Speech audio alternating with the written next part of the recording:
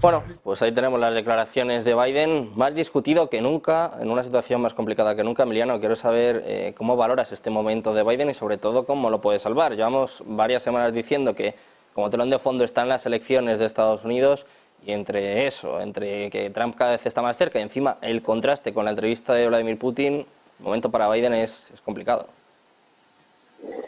Pues sí, o sea, sinceramente ha coincidido una especie de tormenta perfecta en relación a la carrera electoral de Biden para su nuevo para ser renombrado presidente, y tanto el informe del fiscal ad hoc como contraponerlo con las declaraciones de Putin, considerando que si llegase Trump, se solventaría con una llamada de teléfono la cuestión de Ucrania, pues le hace daño electoral a Biden. ¿Cuál es el problema? Que la única candidata que había demócrata, Marianne Williamson, se ha retirado y por lo tanto el electorado demócrata no tiene muchas más opciones, ni el electorado demócrata ni el resto del mundo, porque pues ya creo que está más que claro que va a ser Biden versus Trump, habida cuenta que también los magistrados del Tribunal Supremo, que son los que van a decidir si Trump finalmente puede presentarse, por las preguntas que han realizado en los primeros hearings, parece que van a indicar que sí, que Trump se puede presentar sin ningún problema y que lo que diga el Tribunal de Colorado pues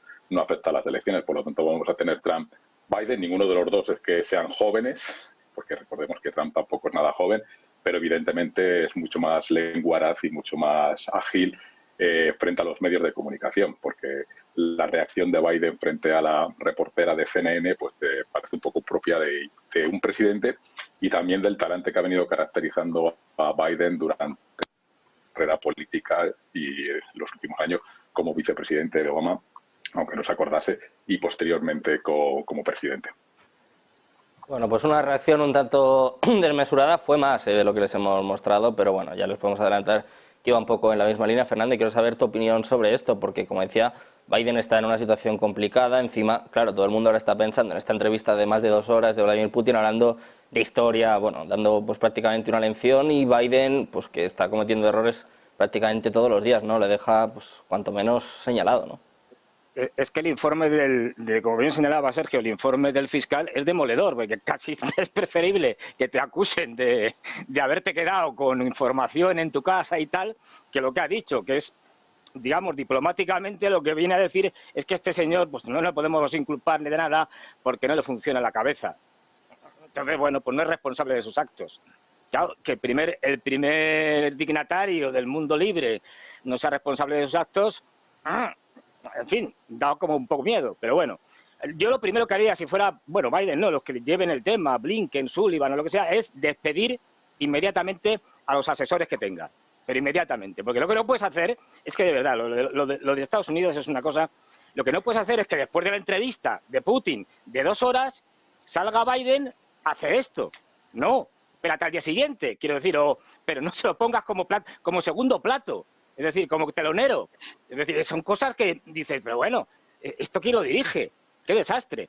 O sea, no tiene mucho sentido. Y luego, bueno, el problema de Biden, ya digo, es que dices, pues consigamos, al final va a ser Biden, bueno, va a llegar Biden hasta noviembre con un estado mental más o menos aceptable, o va a llegar un momento en que, es que esta semana ha sido terrible.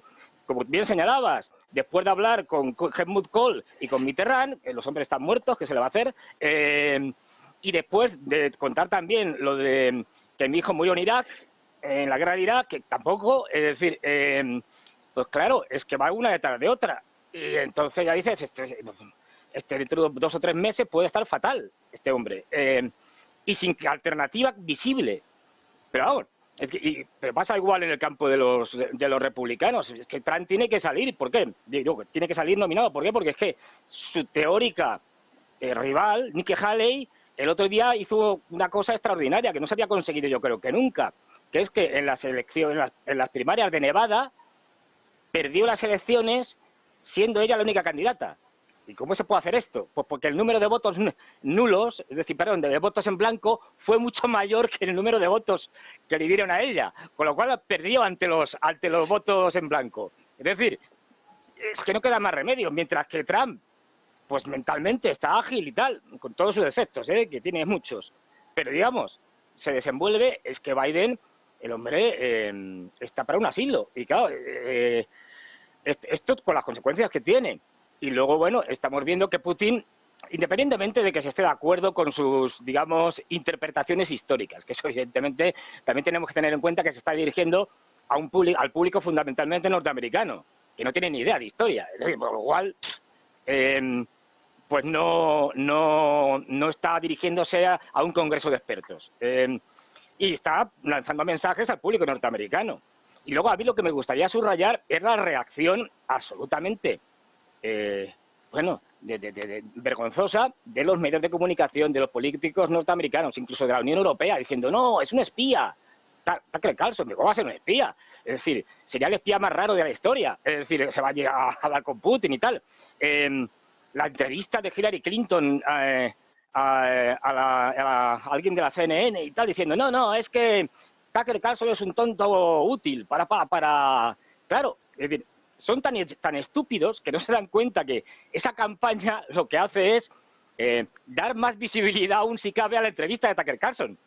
Si tú quieres que nos hable de alguien, no hables tú primero. Es decir, no le des visibilidad, no le empieces a atacar, porque eso lo que hace es que tenga más visibilidad, que es que la gente se entere y diga, pues voy a ver que la entrevista de Tucker Carlson con Putin. Ya digo, lo de Estados Unidos es la desgobernanza absoluta. Es un desastre. Y si no, que se lo pregunten al gobernador de Texas, que al final se salió con la suya. Es decir, esto y luego lo de Europa igual, o sea, la libertad de expresión en Europa ya es algo del pasado. Es decir, también queriendo, pues eso, acusarle de espía y cosas de estas. Pero, oiga, es un señor que es un periodista que ha ido a entrevistar a Putin, no es el primero, que lo entrevista de Occidente. Es decir, que la entrevista nos puede gustar más, nos puede gustar menos, puede ser buena, puede ser mala, puede ser lo que se quiera, pero tiene el derecho a entrevistarle. Y además, habiendo propuesto también entrevistar a Zelensky, para que no se dijera. Zelensky dijo que no. Oye, si dice que no, ¿qué se le va a hacer? Luego, yo creo que ahí, bueno, se está demostrando, y sobre todo el nerviosismo, ¿no? En Estados Unidos y en Europa y en los medios de comunicación. Hoy todos los medios saltando sobre Tucker Carlson y sobre Putin y tal. Están nerviosos, y están nerviosos por una sencilla razón. Porque la guerra de Ucrania está perdida y no saben cómo salir de ella. Especialmente Europa, que es porque los Estados Unidos al final lo que van a hacer es lo de siempre. Dirán, mira, europeos, aquí os dejamos el problema y apañaros vosotros. Esto es un agujero negro en el que vais a estar metiendo dinero. Y bueno, oye, que tenéis revueltas por toda Europa de agricultores y tal, no pasa nada. Seguid metiendo dinero, que ya veréis. Y eso es lo que va a pasar. Estamos viendo algo de la Ivica, encima andan, bueno, ya hablaremos ahora cuando toque del general Sirski, conocido como el General 200, y luego explicamos por qué le llaman el General 200. Digamos lo de Kirski, el carnicero 200, ¿no? Si no me equivoco, ahora ahondamos en esta cuestión, pero Dolores... 200 es el número que se utiliza en el ejército ucraniano delante, como digamos como prefijo y tal, para catalogar a los muertos, a los muertos en campo de batalla, etcétera. Y como él se dedica a lanzar soldados ucranianos pues eso, a trampas, a embolsamientos como el de Bakhmut o cercos o semicercos, o como el de ahora de Avdiivka, pues es conocido por hacer masacres de sus propios hombres. Muy impopular dentro del ejército ucraniano. Bueno, pues ahora andamos en esto y en el despido de Zaluzhny, que no por ser bastante esperado, no quita que vayamos a analizarlo. Dolores, quiero preguntarte por Biden. Como decía Fernando, quizás la asesora que se le ocurrió pues soltarle un poco delante de los toros, ¿no? Después de la entrevista de Putin, quizá no tuvo su mejor idea, ¿no? Sobre todo por el contraste que se ve, en este caso, entre Putin y un Biden, como decíamos, cada vez en una situación más complicada. Vamos a ver, parece ser que Biden, no lo voy a decir muy alto, no vaya a ser que me escuche y se enfade también, tiene problemas cognitivos y desde luego pues eso es debidamente utilizados por los contrincantes en esta carrera electoral y también por los propios suyos, que gestionar ese tipo de cuestiones no les arriendo la ganancia. Aparte de que efectivamente haya que despedir a todos los que están a su alrededor, pero gestionarlo desde luego no les arriendo la ganancia. Y luego en cuanto al periodista americano, hombre, espía no, pero puede ser un gran diplomático. Yo siempre he partido de la base que la puerta diplomática entre Estados Unidos y Rusia, desde que se inicia lo que Rusia considera la intervención militar en Ucrania, el 24 de febrero del 2022, nunca se ha cerrado, porque al final las guerras tienen que acabar y las guerras acaban mediante una negociación, porque las guerras son un todo y ese todo es político. Por lo tanto, se las juega uno en un campo de batalla y el botín de guerra se tiene que traducir en orden político y tienen que ser administrados políticamente. Por lo tanto, yo no descarto en ese sentido que el periodista ni espía ni nada, que pues lo hará también, pero que se está lanzando ahí una línea diplomática muy grande. Primero, porque además Putin ha aceptado esta entrevista porque conocía perfectamente las preguntas y el propio periodista conocía perfectamente las respuestas. Entonces, Putin no ha dicho ni más ni menos que lo que consideramos que Rusia significa al nivel de las relaciones internacionales y lo que significa en esa parte del mundo. Por ejemplo, ha hecho una apelación a todo lo que es el mundo ruso, incluso ha planteado, bueno, los polacos, al mundo ruso y al mundo eslavo. Los polacos son eslavos, pero son rusos. Ha planteado, pues efectivamente, que no se planteaba en ningún momento pues la invasión de los países bálticos, porque efectivamente, aunque los países bálticos fueran antiguas repúblicas socialistas soviéticas, no pertenecen a ese mundo eslavo, no pertenecen a ese mundo ruso, con lo cual, en esas preguntas que se le ha hecho a Putin, que ha sido un norteamericano, y en esas respuestas que Putin ha dado, en realidad no se ha añadido nada nuevo, no hemos conocido nada nuevo. Que Europa esté nerviosa, bueno, eso también puede ser un poquito una fachada, porque, a ver, en relaciones internacionales como en muchos ámbitos, una cosa son cuando se adoptan comportamientos. Está la parte del comportamiento oficial y luego las aguas subterráneas. Yo creo que aquí ya se está manejando, a ver, el inicio de una negociación diplomática para acabar con todo esto. Porque en el caso de Ucrania, pues la defensiva estuvo muy bien planteada, se defendió bastante bien, pero luego, pues en lo que se refiere a la ofensiva, pues no, y ahí es donde se puede plantear que esta guerra, de hecho, está acabada, pero ahora hay que negociar y salir de ahí y establecer unos criterios pues para convertir los botines de guerra de unos y otros pues en un orden político internacional.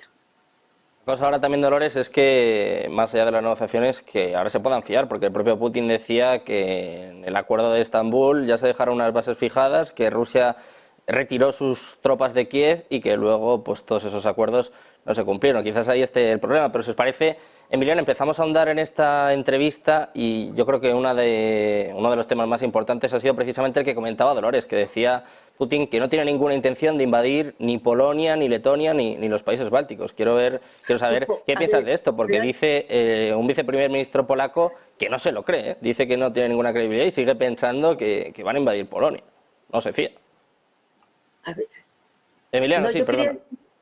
No, bueno, sí. Es que Dolores quiere añadir algo. Ah, sí, perdona, Dolores, sí, perdón, cuéntame. Nada más, vamos a ver, dicen que no se invaden, pero vamos, Putin o cualquiera, que no se invade otro territorio siempre y cuando no sea atacado. Eso es, justo. Bien, ese matiz por parte de Dolores. Definiendo, no es que mientras no sea atacado, y por eso plantea el caso de que Estados Unidos intervenga en suelo ruso, eso se considera un ataque, y claro, al ser Estados Unidos, pues iría, pues no sé cómo llamarla, efectivamente, se está llamando constantemente como la Tercera Guerra Mundial.